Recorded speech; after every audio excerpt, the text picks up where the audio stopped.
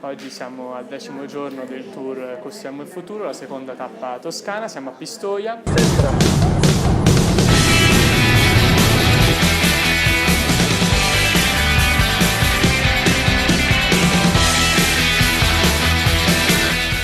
Stefano Bartolini, collaboro con la Fondazione Valore Lavoro, la cura, la conservazione e la valorizzazione del patriarcato storico e per lo studio della storia sociale del lavoro ma anche del presente. Ci siamo concentrati in questa prima fase su questa idea di fare lo sciopero a rovescio dei settori delle arti e della cultura, che è abbastanza inedito. E questi luoghi, musei, luoghi della conservazione ma anche della creazione insieme, noi avremo il precario che fa un'attività, il docente che porta i suoi alunni ad imparare, perché se c'è chi ha dei contenuti, lì è il compito poi della scuola, e il lavoratore della cooperativa che aiuterà a tenere aperto, si sposa e fa vedere come in realtà da un atto singolo si crea lavoro per più persone, che comunque lavoro non solo utile ma che crea ricchezze.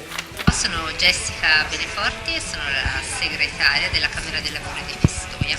Come lo abbiamo realizzato? Con il lavoro di tanti, il lavoro volontario di tanti nostri delegati e delegate, il lavoro volontario di chi oggi magari era in sciopero proprio per poter realizzare questa attività, il lavoro volontario di tanti che sono purtroppo disoccupati in cassa integrazione, che magari aspirerebbero a trovare una loro dimensione in questo settore. E quindi innovazione ed inclusione è stato il filo conduttore ed è quello che ci ha portato alla giornata di oggi con una grande, per ora, soddisfazione. Alessandro Rapezzi, segretario FLC CGIL Toscana.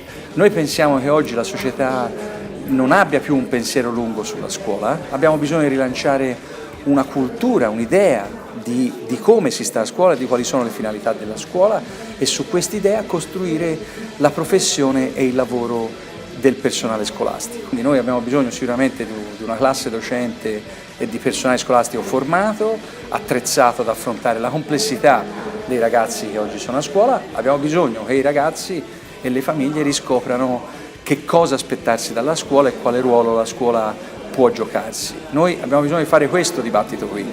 Non esistono soluzioni che in 3 mesi possano cambiare la scuola. Noi abbiamo bisogno di rilanciare un processo a cui tutti partecipano e che guardi davvero al futuro e alla costruzione solida della scuola del domani.